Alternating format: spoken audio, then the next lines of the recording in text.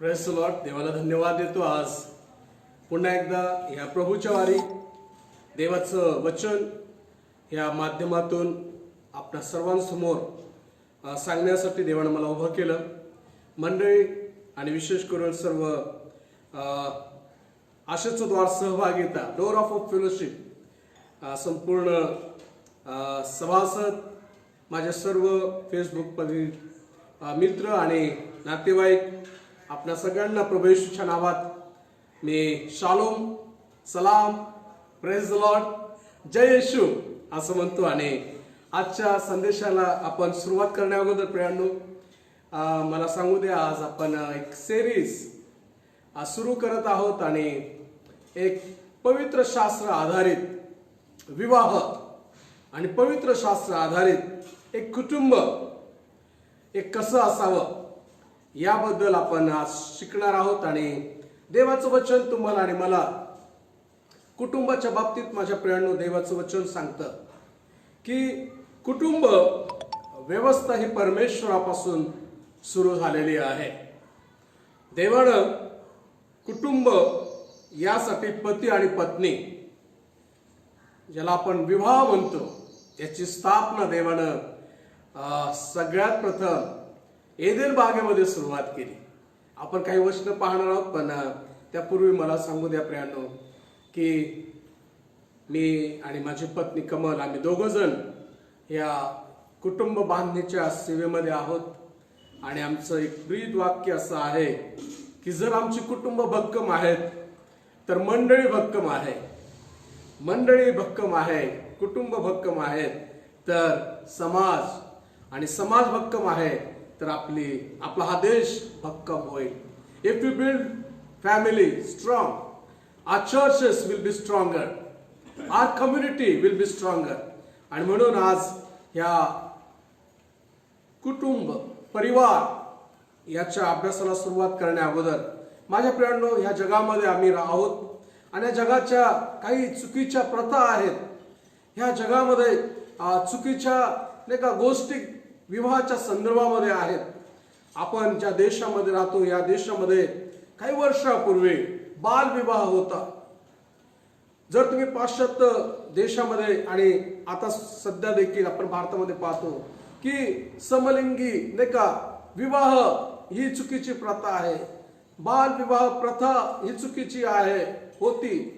त्याचप्रमाणे आपण पाहतो की विदाउट मॅरेज नाही का लिव्ह इन रिलेशनशिप, विवाह न करता एकत्र पती पत्नी सारखं राहणं ही देखील एक चुकीची एक जगाची प्रथा. आणि माझ्या प्रियांनो, देवाचं वचन याच्या विरोधामध्ये आहे. आणि म्हणून आज आम्ही पवित्र शास्त्र आधारित विवाह आणि परमेश्वर विवाहाकडे कसं पाहतो, पवित्र शास्त्र विवाहाकडे कसं पाहतं, जग कसं पाहतं, जगाची प्रथा कशी आहे, त्यापेक्षा माझ्या प्रियांनो तुम्हाला आणि मला देवानं त्याचं वचन, त्याचं पवित्र शास्त्र दिलेलं आहे.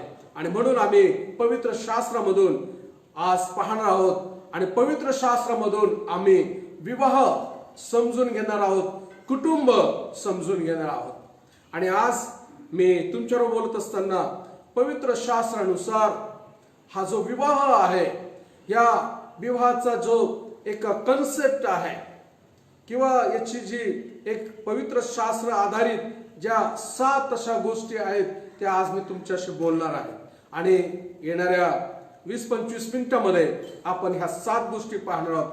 पहिली गोष्ट, आजच्या संदेशाला सुरुवात करण्या अगोदर माझ्या प्रियांनो, पवित्र शास्त्रानुसार विवाह ही संस्था देवानं स्थापन केलेली आहे. याचा ओरिजिनल प्लॅन किंवा सर्वात प्रथम विवाह हा परमेश्वरानं एदेन बागेमध्ये स्थापन केला, हे मी सुरुवातीला तुमच्याशी बोललो होतो. आणि त्यासाठी आम्ही उत्पत्तीचं पुस्तक 2रा अध्याय आणि 18 पासून तर 25 वचनामध्ये आम्ही या ठिकाणी पाहतो की परमेश्वर देवाने सर्व पशु आणि आकाशातील सर्व पक्षी हे मातीचे घडवल्यावर आदाम त्यांना कोणती नावे देतो हे पाहावे म्हणून त्याच्याकडे त्याने नेले. तेव्हा आदामाने प्रत्येक सजीव प्राण्याला जे नाव दिले तेच त्याचे नाव पडले.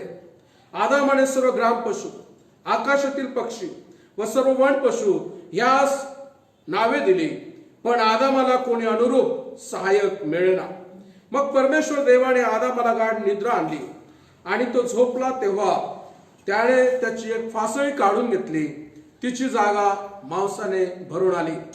परमेश्वर देवाने आदामाची फासळी काढून तिची स्त्री बनवली आणि तिला आदामाकडे नेले. तेव्हा आदाम म्हणाला, आता ही मात्र माझ्या हाडातले हाड व मांसातले मांस आहे, हिला नारी म्हणावे, कारण ही नरापासून बनवली आहे. याच तो पुरुष आपल्या आईबापांना सोडून आपल्या स्त्रीशी जळून राहील, ती दोघे एक देह होतील. आदाम व त्याची स्त्री हे दोघं नग्न होती, तरी त्यास संकोच वाटत नसे. माझ्या प्रियांनो, आपण या उत्पत्तीच्या पुस्तकामध्ये पाहतो की देवानं 6 दिवसामध्ये सर्व दृश्य आणि अदृश्य सर्व काहीतरी निर्माण केलं.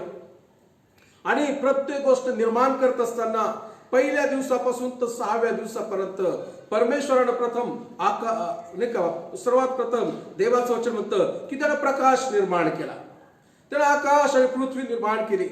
त्यामध्ये सर्व जे प्रकारचे पक्षी आहेत नाही का, पाण्यातले आणि सर्व जीवजंतू आहेत आणि मग जे निसर्ग आहे सर्व काही त्याने निर्माण केलं.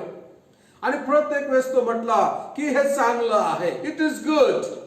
6 वेळेस परमेश्वरानं नाही का जी पृथ्वी आणि आकाश आणि सर्व त्यामध्ये निर्माण करत असताना म्हटलं हे चांगलं आहे, हे चांगलं आहे. परंतु ज्या वेळेस त्यानं मनुष्य निर्माण केला त्यावेळेस देवाचं वचन तुम्हाला आणि मला असं म्हणतं वचन 18 मध्ये की ज्यावेळेस त्यांनी मनुष्य निर्माण केला आणि तो म्हणाला मनुष्य एकटा असावा हे बरे नाही.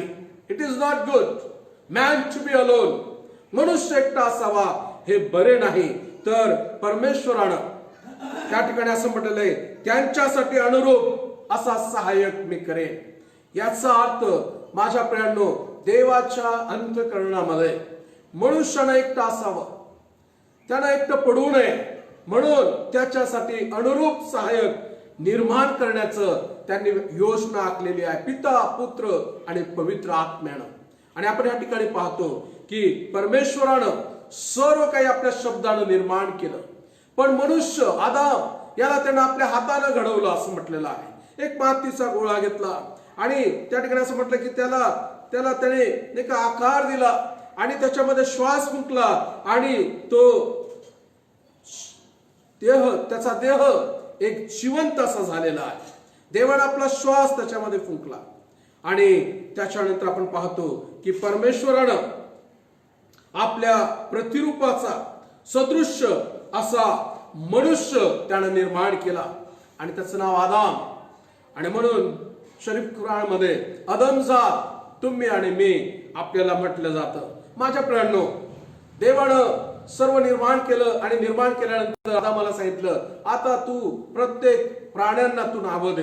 प्रत्येक गोष्टीला आदामाला नावं देण्याचा अधिकार त्या ठिकाणी देण्यात आला.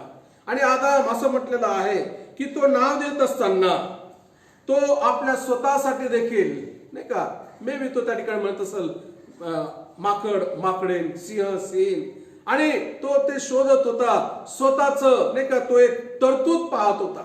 कारण देवाचं वचन म्हणतं उत्पत्ती 2 आणि वचन 20 मध्ये आदामाने सर्व ग्राम पशु, आकाशातील पक्षी, सर्व वन पशु यास नावे दिली, पण आदामाला कोणी अनुरूप सहाय्यक मिळेना.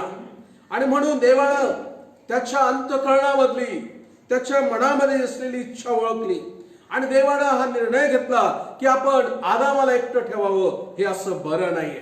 आपण त्याच्यासाठी अनुरूप असा सहाय्यक, एक त्याला जीवनाला जोडीदार अशी एक पूरक अशी स्त्री त्याच्यासाठी निर्माण करू. आणि माझ्या प्रियांनो, देवाचं वचन पुढे आपण वाचलेलं आहे की देवानं आदामासाठी त्याच्याच फासळीमधून एक सुंदर स्त्री त्याने निर्माण केली. माझ्या प्रियांनो, परमेश्वर जे काही बनवतो ते उत्तम आणि चांगलं बनवतो. आपण या ठिकाणी पाहिलं की देवानं प्रथम सर्व आकाश पृथ्वी निर्माण केलं.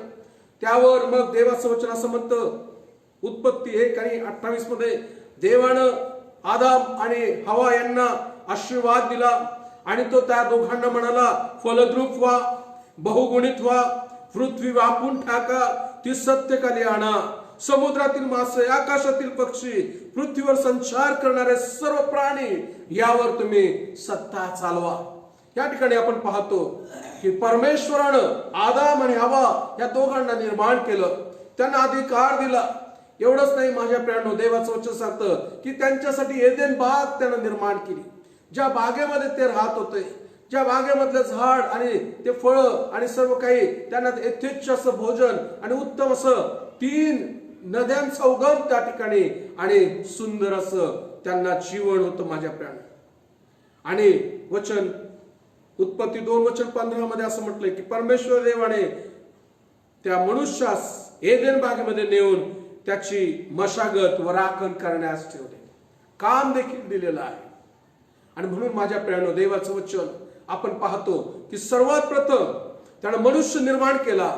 मनुष्यातून त्याने त्याच्या हाडामांसातून त्याने स्त्री निर्माण केली. आणि मग त्या दोघांना ज्यावेळेस परमेश्वराने ते निर्माण केलं आणि तो घेऊन आदामाकडं हवेला आला. माझ्या प्रियांनो, पहिला विवाहित पुरुष किंवा विवाह होण्यासाठी आदाम होता आणि दुसरी विवाह होण्यासाठी जी स्त्री होती ती हवा होती. आणि या दोघांना परमेश्वराने एक केलेला आहे.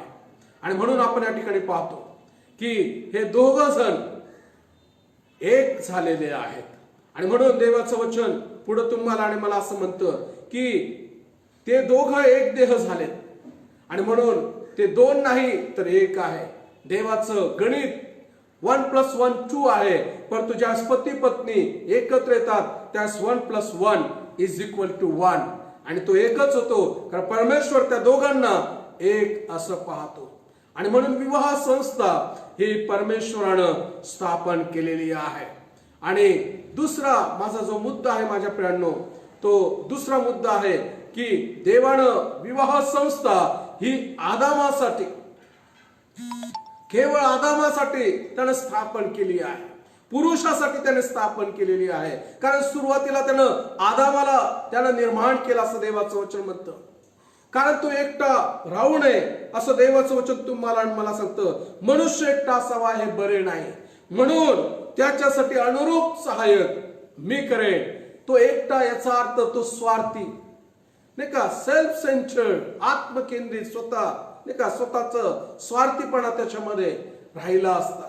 आणि म्हणून तसं राहू नये, तर त्याच्या जीवनामध्ये त्याला पूरक, त्याला साथ दे, त्याच्या आनंदामध्ये, त्याच्या दुःखामध्ये, त्याच्या यश आणि पराजयामध्ये त्याच्याशी समरूप राहील अशी एक सुंदर स्त्री त्यानं आदामाच्या विवाहासाठी देवानं निर्माण केलेली आपण पाहतो. या ठिकाणी मी पाहतो की जो विवाह आहे माझ्या प्रियांनो, हा विवाह पुरुष आणि स्त्री ह्या दोघांमध्ये आपण पाहत आहोत. आदाम आणि हवा यामध्ये तो विवाह झालेला आहे. ते दोघांमध्ये असलेली सहभागिता तुम्ही पाहतात. ते एकमेकावर आधारलेले आपण पाहतो. देवाचं वचन 1 पेत्र 3 अध्याय आणि वचन 7 मध्ये देवाचं वचन तुम्हाला आणि मला सांगतं. मी तुमच्यासाठी वाचतो. 1 पेत्र 3 अध्याय आणि वचन 7, त्यातला शेवटचा भाग. तुम्ही उभयता जीवनरूपी कृपादानाचे सामायिक वतनदार आहात. आणि म्हणून स्त्री आणि पुरुष परमेश्वराच्या दृष्टीमध्ये ज्यावेळेस ते विवाह करून एकत्र येतात, ते दोघेही समान आहेत, ते सामायिक आहेत. देवाच्या राज्यामध्ये, देवाच्या दृष्टिकोनामधून पुरुष आणि स्त्री हे दोघेही समान असे आहेत. परंतु आपण पाहतो की विवाह संस्था परमेश्वरानं आदामासाठी निर्माण केलेली आपण पाहतो. त्याची इच्छा होती की त्या दोघांनी एकत्र यावं, त्यांनी फलद्रूप व्हावं, त्यांनी बहुगुणित व्हावा, त्यांनी पृथ्वी व्यापून टाकावी, तिला सत्तेखाली आणावं आणि तिच्यावर त्यांनी सत्ता चालवावी. या ठिकाणी आपण पाहतो की देवानं त्या दोघांना एकत्र आणण्यामागे एक जो यौन संबंध आहे, त्यांच्यामध्ये जे सेक्शुअल फंक्शन आहे ते देखील पावित्र्य मानण्यात आलेलं आहे. त्यानं ते स्थापन केलेलं आहे आणि एक कुटुंब त्यामधून त्यानं निर्माण केलेलं आहे. माझ्या प्रियांनो, देवा प्रत्येक पती आणि पत्नीला आज हेच सांगत आहे की तुमचं जे नाही का पती आहे, तुमची जी पत्नी आहे, तुमच्या दोघांमध्ये एक युनियन, एक कंपॅनियनशिप, एक फेलोशिप, एक मेकाला नाही का ज्या ठिकाणी स्त्री अपूर्ण आहे त्या ठिकाणी पुरुषाला पूर्ण केलेला आहे, ज्या ठिकाणी पुरुष अपूर्ण आहे त्या ठिकाणी स्त्रीला पूर्ण केलेला आहे. आणि म्हणून ते एकमेकासाठी पूरक असे आहेत. आणि म्हणून देवानं ह्या पती पत्नीला एक आशीर्वाद आणि स्तोत्र 127 आणि वचन 3 मध्ये म्हटलेलं आहे की संतती हे परमेश्वरानं दिलेलं धन, पोटचं फळ हे परमेश्वरापासून मिळालेली देणगी आहे. देवा तुम्हाला आणि मला उत्तम पत्नी आणि उत्तम पती दिलेला आहे. देवाने उत्तम लेकरं तुम्हाला आणि मला दिलेली आहे. देवाने उत्तम तुम्हाला राहण्यासाठी आणि घर दिलेलं आहे, उत्तम मंडळी आणि चर्च दिलेला आहे. आणि माझ्या प्रियानो, ह्या सर्व गोष्टीचा उद्देश एकच आहे की आम्ही आमच्या पती पत्नीच्या नातेसंबंधामधून, आई वडील म्हणून आपल्या लेकरांच्या संबंधामधून जे काही आम्ही काम, व्यवसाय आणि सेवा करतो त्या सर्व गोष्टीमधून आम्ही परमेश्वराचा गौरव करावा, त्याला धन्यवाद द्यावा. आमच्या प्रत्येक गोष्टीमधून आम्ही देवाला धन्यवाद दिला पाहिजे. आपण पाहिलं की विवाह ही परमेश्वराने स्थापन केलेली संस्था आहे. आणि म्हणून माझ्या भावा आणि माझ्या बहिणी, हे देवाचं वचन ऐकत असताना ज्यावेळेस तुम्ही पतीकडे पाहाल, आपल्या पत्नीकडे पाहाल, त्यावेळेस एक निश्चित आज आपल्या अंतःकरणामध्ये एक विश्वासानं, एक मुखानं कबुली द्यायला सुरुवात करा की देवा, हा पती मला देवा तुझ्यापासून मिळालेली उत्तम भेट आहे, ही पत्नी देवा तुझ्यापासून मिळालेली मला उत्तम भेट आहे. कारण विवाह संस्था ही तू स्थापन केलेली आहे. आम्ही दुसरा जो पवित्र शास्त्रामधून विवाह समजून घेत असताना दुसरा उद्देश जो आहे तो म्हणजे विवाह संस्था ही आदामासाठी परमेश्वराने निर्माण केलेली आहे. देवाच्या दृष्टिकोनातून स्त्री आणि पुरुष, पती आणि पत्नी हे सामायिक वतनदार, हक्कदार आहेत. आणि म्हणून आज आम्ही ते देखील मान्य करूया. माझा तिसरा जो पॉइंट आहे तो म्हणजे विवाह हा एका पुरुषामध्ये आणि स्त्रीमध्ये होतो. माझ्या प्रियांनो, कारण देवाचं वचन उत्पत्ती 2 आणि वचन 23-24 मध्ये देवाचं वचन म्हणतं की परमेश्वरानं आदामाला गाढ निद्रा आणली आणि त्याला अनुरूप सहाय्यक होण्यासाठी त्याने एक सुंदर स्त्री निर्माण केलेली आहे. आणि म्हणून विवाह हा पुरुष आणि स्त्रीमध्ये होतो. माझ्या प्रियांनो, जरी वेस्टर्न कल्चरमध्ये आता सध्या देखील काही राष्ट्रामध्ये देखील नाही का समलिंगी विवाह मान्य केला जात आहे. आमच्या भारत राष्ट्रामध्ये माझ्या प्रियांनो काही वर्षापूर्वी बालविवाह नाही का मान्य केला जात होता. आज पाहिलं तर संपूर्ण जगामध्ये नाही का विवाह बाह्य किंवा विवाह न करता लोक, मुलं आणि मुली एकत्र राहतात, लिव्ह इन रिलेशनशिप मध्ये राहतात. माझ्या प्रियांनो, देवाचं वचन तुम्हाला आणि मला सांगतं की विवाह हा एक पुरुष आणि स्त्रीमध्ये जोडलेला आहे, तो स्थापित केलेला आहे. कारण परमेश्वराचं वचन तुम्हाला आणि मला सांगतं की परमेश्वरानं आदामाची फासळी काढून तिची स्त्री बनवली आणि तिला आदामाकडे आणलेलं आहे.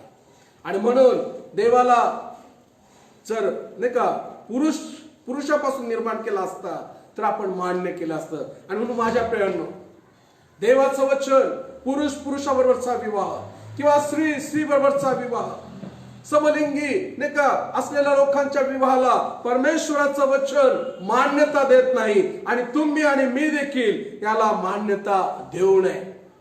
माझ्या प्रियांनो, देवाचं वचन तुम्हाला आणि मला सांगतं की रोमकरासपत्र 1 अध्याय आणि त्यातलं याला धरून ते वचन आहे, कशा रीतीने भ्रष्टता आलेली आहे. रोम 1 आणि वचन 26 ते 28 मध्ये असं म्हटलेलं आहे की देवाने त्यांच्या दुर्वासनांच्या स्वाधीन केले. त्यांच्यातल्या स्त्रियांनी शरीराचा नैसर्गिक उपभोग सोडून विपरीत आचरण केले. पुरुषांनी स्त्रियांचा नैसर्गिक उपभोग सोडून परस्पर काम संतप्त होऊन पुरुषांनी पुरुषांबरोबर अनुचित कर्म केले. आणि माझ्या प्रियांनो, या ठिकाणी देवाचं वचन सांगतं की या अशा विवाहाला देवाच्या वचनापासून मान्यता नाही आहे. माझ्या प्रियानो, नीतिसूत्र 5 आणि वचन 18 मध्ये असं म्हणतं की तुला जी पत्नी प्राप्त झालेली आहे, जी तरुणपणामध्ये तुला स्त्री प्राप्त झालेली आहे, तिच्याबरोबर तू संतुष्ट राहा, यासाठी की तू आशीर्वादित व्हावा. आणि म्हणून माझ्या प्रियानो, देवानं विवाह हा पुरुष आणि स्त्री यांच्यासाठी तो नेमस्त केलेला आहे. चौथा माझा जो मुद्दा आहे तो म्हणजे विवाह हा दोन व्यक्ती एक देह होणे हा एक बिब्लिकल कन्सेप्ट असा आहे. पवित्र शास्त्रानुसार देवाचं वचन म्हणतं की याच तो पुरुष आपल्या आईबापांना सोडून आपल्या स्त्रीशी जडून राहील आणि ती दोघे एक देह होतील. माझ्या प्रिय, आदाम आणि हवा हे दोघ जण एकत्र झाले आणि परमेश्वरानं त्यांना एक देह एक आत्मा म्हणून त्यांच्याकडे परमेश्वर पाहतो. आणि म्हणून माझ्या प्रियानो, या ठिकाणी आम्ही पाहतो पवित्र शास्त्राचं गणित 1+1=1. आणि म्हणून एक देह होणे म्हणजेच त्यांचं जे नातेसंबंध आहे, एका नात्यामध्ये, प्रीतीच्या नात्यामध्ये, परस्परामध्ये असलेला विश्वास आणि एकमेकाबरोबरचा आदर आणि एकमेकाला समजून घेणे, हा नातेसंबंध त्यांचा दृढ होतो. माझ्या प्रियानो, एक देह याचा अर्थ सहभागिता आहे की ज्या सहभागितेमध्ये ते एकमेकांबरोबर संभाषण करतात, एकमेकांची काळजी घेतात, एकमेकांबरोबर एक उत्तम आणि क्वालिटी टाइम ते स्पेंड करतात. माझ्या भावांनो आणि बहिणींनो, जो पती आहे, जो पुरुष आहे, तो त्या कुटुंबाचा, त्या घराचा तो याजक आहे. तसं पाहिलं तर देवाच्या वचनानुसार नव्या कराराप्रमाणे तुम्ही आणि मी सर्वजण पवित्र याजक आहोत. परंतु ज्यावेळेस कुटुंब ही संस्था येते, देवाच्या दृष्टिकोनातून प्रत्येक पुरुष हा त्या कुटुंबाचा एक मेंटर आहे, एक पाळक, एक याजक आहे. आपल्या कुटुंबाला देवाच्या वचनामध्ये, आपल्या कुटुंबाला देवाच्या प्रार्थनेमध्ये आणि उपासनेमध्ये त्याने चालवावं अशी देवाची इच्छा आहे. देवाबरोबरची सहभागिता, परिवारावरची सहभागिता, त्यामध्ये एक देहपणा आहे. त्यापण आपण पाहतो की एक देह म्हणजे सहमती. सहमती म्हणजे एकमेकांचे विचार जरी वेगळे असले तरी एकमेकांचे विचार समजून घेणे, त्यांचा दृष्टिकोन समजून घेणे, आपल्यापेक्षा नाही का आपल्या जो पार्टनरचा आहे त्याचा फायदा जर असेल तर त्याच्या फायद्यासाठी झटणे. माझ्या प्रियानो, त्याला सहमती देणं असं होतं. एक देह होणं म्हणजे पूरक, एकमेकांना सहारा.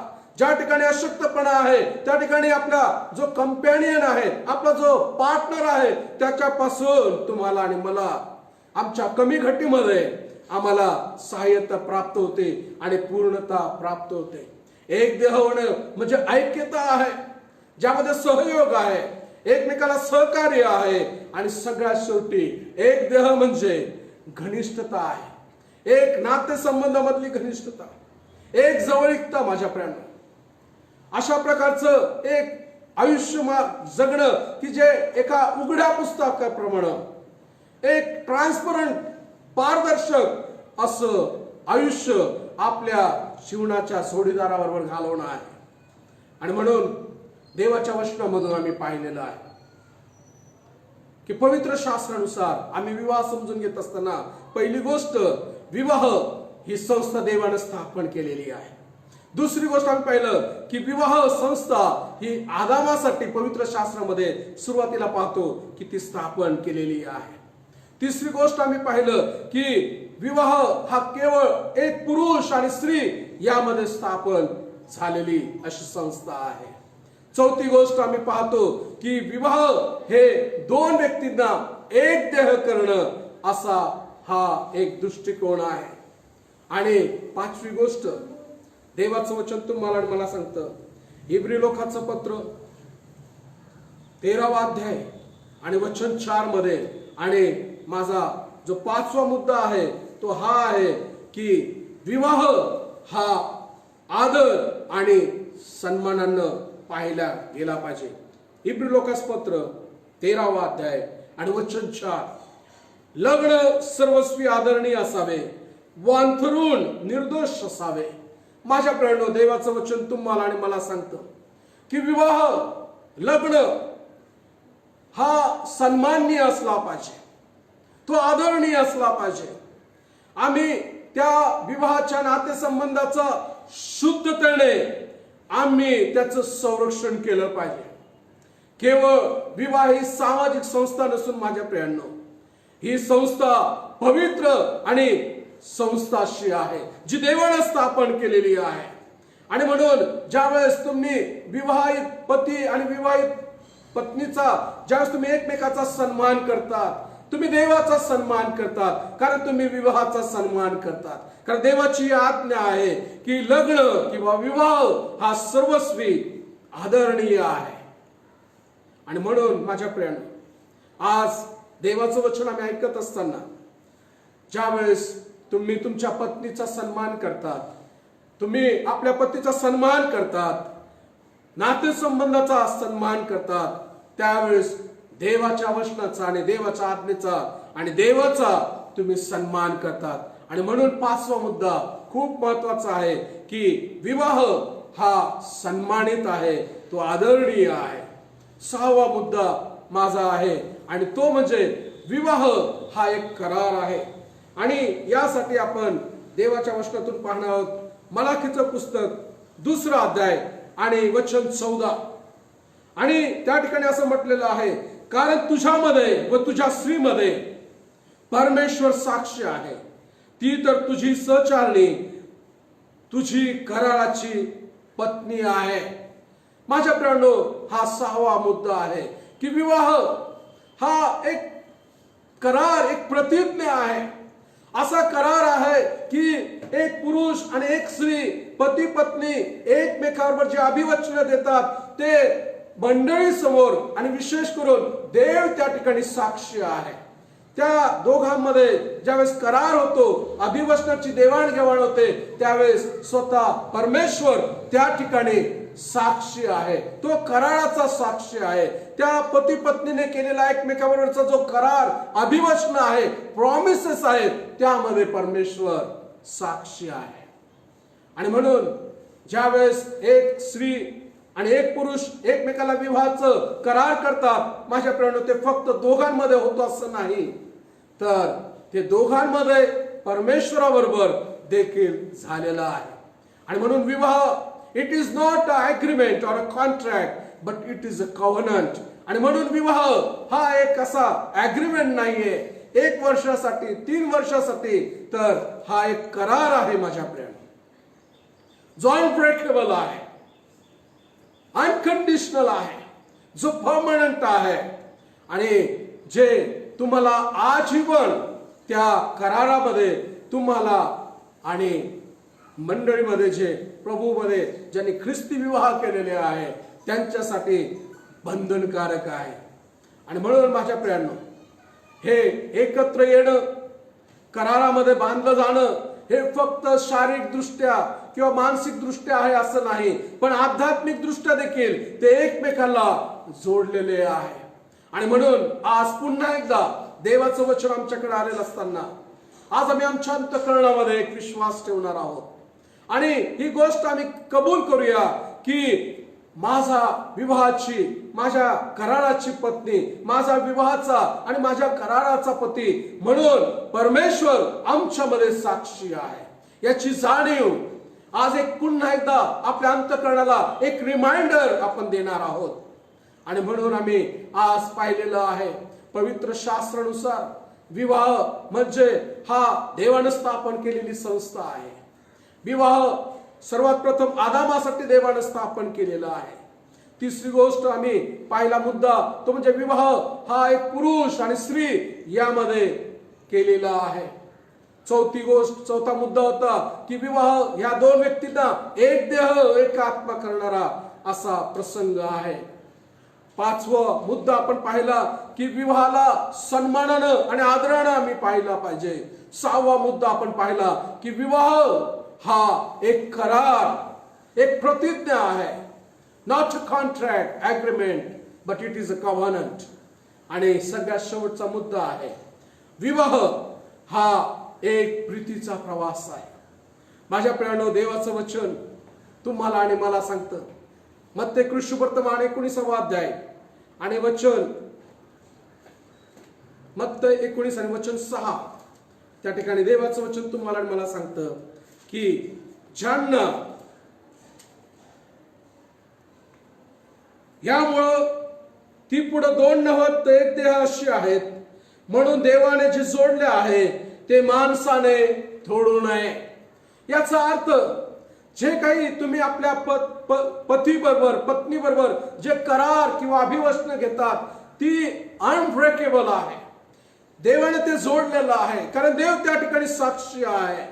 आणि म्हणून या ठिकाणी असं म्हटलेलं आहे की जोपर्यंत ते देहामध्ये आहेत ते या भूतलावर आहेत. आणि let me tell you one thing, एक महत्वाची गोष्ट तुम्हाला सांगू द्या की विवाह हा फक्त पृथ्वीवर आहे. स्वर्गामध्ये ना कोणी विवाह करत ना कोणी विवाह करून देत. आणि म्हणून ह्या भूतलावर तुम्ही आणि मी पती पत्नी म्हणून आपल्या जीवनातला प्रत्येक दिवस आणि प्रत्येक क्षण जगायला शिका माझ्या प्रियांनो. आनंदामध्ये एकमेकाला आपल्यापासून कसा आनंद मिळेल, एकमेकाला आपल्यापासून कशी शांती प्राप्त होईल, एकमेकाला आपल्यापासून कसं उत्तेजन प्राप्त होईल, या रीतीनं आम्ही आमच्या या विवाहाचा प्रवास. आणि माझा 7वा मुद्दा तोच आहे की विवाह हा एक प्रीतीचा एक प्रवास, एक सफर असा आहे. It's a long life journey. आणि अशी ही जर्नी आहे, असा हा प्रवास आहे की जो देवानं जोडलेला आहे. देवाचं वचन रोमकरास पत्र 7वा अध्याय. आणि बऱ्याच जणांना एखाद्या वेळेस थोडस हे वचन ऐकायला कठीण जाईल, पण let me share it today. आज देवाचं वचन मोठ्या एका सामर्थ्याने मला सांगू द्या माझ्या प्रियांनो. रोमकरास पत्र 7वा अध्याय आणि वचन 2 आणि 3 असं म्हटलेलं आहे की पती जिवंत आहे तोपर्यंत त्याची विवाहित स्त्री नियमशास्त्रानं त्याला बांधलेली असते, पण पती मेल्यावर तिची पतिबंधनातून सुटका होते. म्हणून पती जिवंत असताना ती पर पुरुषाची झाली तर तिला व्यभिचारिणी म्हणतील, पण पती मरण पावल्यास ती त्या बंधनातून मुक्त होते. नंतर ती दुसऱ्या पुरुषाची पत्नी झाली असताही व्यभिचारिणी अशी होत नाही. आणि म्हणून माझ्या प्रियांनो देवाचं वचन स्पष्ट तुम्हाला आणि मला सांगतं की व्यभिचाराच्या कारणा वाचून आमच्या या ख्रिस्ती विवाहामध्ये, पवित्र शास्त्र आधारित विवाहामध्ये नाही का घटस्फोट किंवा डिवोर्स नाहीये. आणि जर व्यभिचारा व्यतिरिक्त जर अशी गोष्ट घडत असेल तर ते पाप आहे. आणि म्हणून अशा विवाहाला परमेश्वर आणि परमेश्वराचं वचन देखील सपोर्ट करत नाही. आणि म्हणून माझ्या प्रियांनो या ठिकाणी आपण पुन्हा एकदा या 7 गोष्टी ज्या आम्ही ऐकलेल्या आहेत एक विवाहाच्या संदर्भामध्ये पवित्र शास्त्राचा दृष्टिकोन, पवित्र शास्त्रानुसार आपण समजून घेत असताना आज आमच्या विवाहाकडे आम्ही पाहणार आहोत. कोणाच्या जीवनामध्ये 1 वर्ष झाले असेल, 5 वर्ष झाले असेल विवाहामध्ये, 10 वर्ष झाले असेल किंवा 15 वर्ष, 20 वर्ष, 25 वर्ष किंवा माझा आणि कमलचा विवाह होऊन आता 30 वर्ष पूर्ण झालेली आहे. आणि जवळजवळ नाही का याबद्दलचं जे फॅमिली सेमिनार आहे, कौटुंबिक शिबिर आहे, हे जवळजवळ आम्ही 54 वेळा आम्ही घेतलेलं आहे. आणि 1100 पेक्षा जास्त परिवारांना या संदेश वचनामधून, या देवाच्या वचनामधून आम्ही चालवत आहोत माझ्या प्रियांनो. आणि आमचा विश्वासाचा आहे की ज्यावेळेस कुटुंब बांधल्या जातील, कुटुंब एक होतील, कुटुंबामध्ये ऐक्यता येईल, कुटुंब देवाच्या वचनामध्ये विश्वासामध्ये दृढ होतील, त्यावेळेस मंडळी ही दृढ आणि भक्कम होईल. ज्यावेळेस मंडळी दृढ आणि भक्कम होईल, आमचा समाज, आमचं राष्ट्र हे भक्कम होईल. आणि म्हणून माझ्या प्रियांनो आज पुन्हा एकदा पवित्र शास्त्रानुसार आम्ही आज विवाह समजून घेतलेला आहे. आणि ह्या 7 गोष्टी ज्या आम्ही ऐकलेल्या आहेत. पहिली गोष्ट विवाह संस्था हे देवाने स्थापन केली. दुसरा मुद्दा विवाह संस्था ही आदामा करता देवाने स्थापन केली. तिसरा मुद्दा जो होता विवाह हा एक पुरुष आणि स्त्री मध्ये होतो. चौथा मुद्दा होता की विवाहामध्ये 2 व्यक्ती स्त्री आणि पुरुष हे एक देह होतात, स्पिरिच्युअली दे आर बाइंडेड. पाचवी गोष्ट आम्ही शिकलो की विवाह हा सन्मानाने आणि आदराने पाहावा. सहावा मुद्दा मी पाहिला की विवाह हा एक करार आहे ज्यामध्ये परमेश्वर साक्षी आहे. आणि 7वा आणि शेवटचा मुद्दा होता की विवाह हा एक प्रीतीचा प्रवास असा आहे. देवबाप करो की ह्या 7 मुद्द्यामधून तुम्ही ज्यांनी पवित्र शास्त्राला धरून आणि चर्चमध्ये आणि ख्रिस्ती विवाहामध्ये तुम्ही विवाह केला असेल तर आज पुन्हा एकदा तुम्ही तो करार जो आपल्या पत्नी बरोबर आपल्या पती बरोबर केलेला होता की ज्या ठिकाणी तुम्ही म्हटलं होतं की प्रत्येक परिस्थितीमध्ये हा जो करार तुम्ही ठेवला होता की सुखात आणि दुखात, श्रीमंतीत आणि गरिबीत, आरोग्यात आणि आजारपणात जे तुम्ही प्रीती करणार, जे तुम्ही सेवा करणार, जोपर्यंत प्रभू या भूतलावर तुम्हाला एकत्र ठेवेल तोपर्यंत तुम्ही एकनिष्ठ म्हणून त्यांच्या बरोबर राहणार, त्यांचा सन्मान करणार, त्यांच्या अधीन असणार आणि प्रभू आपल्याला स्वर्गात बोलवण्यापर्यंत तुम्ही एकमेकावर प्रेम कराल. हे जे अभिवचन आणि करार आपल्या विवाहामध्ये तुम्ही दिलेलं आहे, पुन्हा एकदा मला त्याचं स्मरण तुम्हाला करून द्यायचं आहे. यासाठी की माझ्या प्रियांनो, इथून पुढे प्रत्येक दिवस आणि वर्ष तुमच्यासाठी देवाच्या दयेने आणि कृपेने आशीर्वादाचं, शांतीचं, भरभराटीचं जावं. तुमचा विवाह आणि तुमचं कुटुंब हे तुमच्या स्वतःसाठी, तुमच्या लेकरांसाठी आणि येणाऱ्या वंशासाठी आणि मंडळीसाठी आणि समाजासाठी एक आशीर्वादाचं स्थान आणि वेदी असं व्हावं, ही माझी प्रार्थना आहे. देवाच्या वचनाला आपण ऐकलेलं आहे. हे वचन आपण आपल्या अंतःकरणामध्ये, आपल्या जीवनामध्ये प्रियांनो याच्यावर विश्वास ठेवूया आणि या वचनाप्रमाणे येथून पुढं आम्ही आमच्या वैवाहिक जीवनामध्ये, कौटुंबिक जीवनामध्ये आम्ही चालत असताना आणि विशेष करून जे विवाहाच्या उंबरठ्यावर आहेत अशा लेकरांसाठी पुढच्या रविवारी मी देवाच्या वचनातून शिकवणार आहे की विवाहाकडे पाहण्याचा आमचा दृष्टिकोन कसा असावा. विवाहासाठी ज्यावेळेस आम्ही आमच्या जीवनसाथीचा आम्ही विचार करतो, पवित्र शास्त्रामधून आम्ही कशा रीतीने त्या व्यक्तीकडे, होणाऱ्या आपल्या पतीसाठी पत्नीकडे आम्ही कशा रीतीने देवाच्या वचनातून पाहावं, कशा रीतीने आम्ही त्याची नाही का निवड करावी, यातून मी बोलणार आहे. आणि म्हणून हा जो विषय मी निवडलेला आहे की biblical pattern of marriage, the family, नाही का, एक फाउंडेशन, वचनाचं एक नाही का ज्याला पाया आहे असं एक विवाह आणि एक कुटुंब, त्याच्यामध्ये आम्ही येणाऱ्या दिवसामध्ये वाढणार आहोत. प्रत्येक रविवारी सकाळी 11 वाजता आपण ह्या सिरीज मधून आपण देवाचं वचन ऐकूया, प्रार्थना करूया. स्वर्गीय बापा, प्रभू येशूच्या नावात आम्ही तुझा आभार मानतो आणि धन्यवाद देतो. परमेश्वरा, उपकार मानतो प्रभू, या भूतलावर तू पती आणि पत्नी आणि विवाह परमेश्वरा हा स्थापन केलेला आहे. देवा, तुझं वचन आज आम्ही ऐकलेलं आहे. माझ्या देवा, खऱ्या अर्थानं आम्हाला विवाहाचा सन्मान करता येऊ दे प्रभू. विवाहित जे पती आहेत, पत्नी आहेत प्रभू, आम्ही माझ्या देवा आमच्या नातेसंबंधाचा सन्मान करावा, विवाहाचा सन्मान करावा.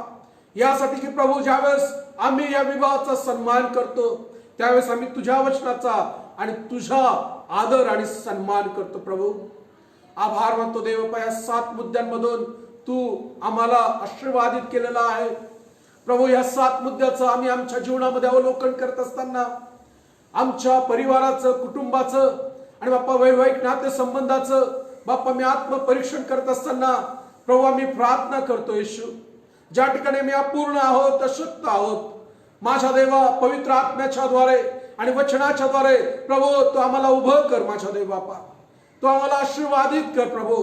आणि परमेश्वरा, आम्ही स्वतः आशीर्वाद देतो इतरांसाठी माझ्या देवा एक आशीर्वादाचा आम्ही स्रोत व्हावं, म्हणून आमचा उपयोग, परिवाराचा उपयोग होऊ दे. आभार मानतो, धन्यवाद देतो. हे वचन ज्यांनी ज्यांनी आज ऐकलेलं आहे त्यांचं वैवाहिक जीवन, त्यांचं कौटुंबिक जीवन देवचं बाप, देवचं पुत्र आणि देवचं पवित्र आत्मा या ऐक्याच्या नावामध्ये तो आशीर्वादित कर बापा. धन्यवाद, स्तुती करत येशू आमचा प्रभू आणि तारणारा याच्याद्वारे प्रार्थना करतो म्हणून तो आहे. आमेन. देवा तुम्हाला आशीर्वादित करो. तुम्ही आपल्या घरामध्ये असताना, आपल्या कुटुंबामध्ये असताना प्रियांनो, हा संदेश जर तुम्हाला आवडला तर जरूर शेअर करा, अनेक कुटुंबापर्यंत हा पोहोचवा. Stay home, stay safe, stay blessed. May God bless you. God bless. Thank you.